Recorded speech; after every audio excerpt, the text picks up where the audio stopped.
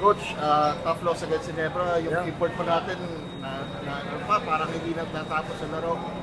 Any positives na medyo nakuha mo this game? Yes, number one, no, kahit pa paano, andun yung puso namin na manalo. But sabi ko nga sa mga players, compared to our last game against Macau, we push ourselves to the limit today. But yun nga lang,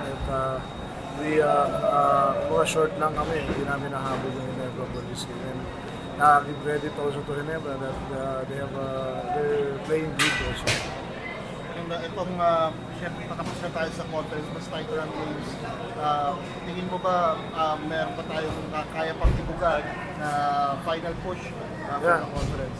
We still have 3 games no, remaining. So, yun lang, 1 game at a time lang kami.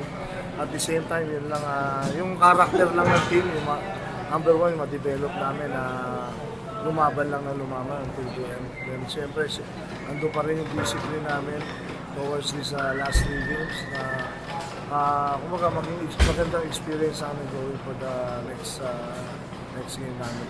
Kanina medyo nakakatakot yung injury ni Michael Gilmore pero sabi niya okay naman siya. Hindi ka ba minsan nako-concern na minsan pansin mo lakas sumugol din ni Michael sa mga balyahan eh.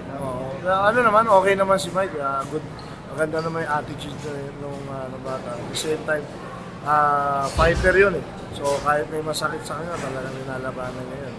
So, and it's okay naman siya sa Dango.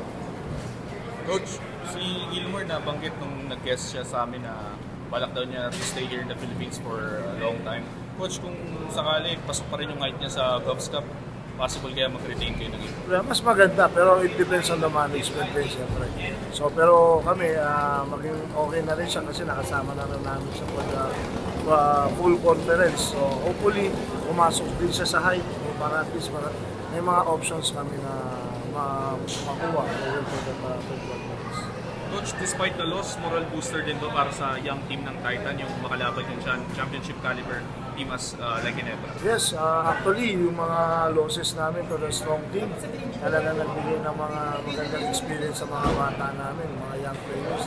So, against Stock and Tex, ngayon, against Ginebra. So, yun lang, kagaya nung nabanggit ko kanina, develop lang namin yung killer instinct. At the same time, walang sukuan. So, yun lang, hopefully by next conference, maging maayos na. Ayun. Thank you.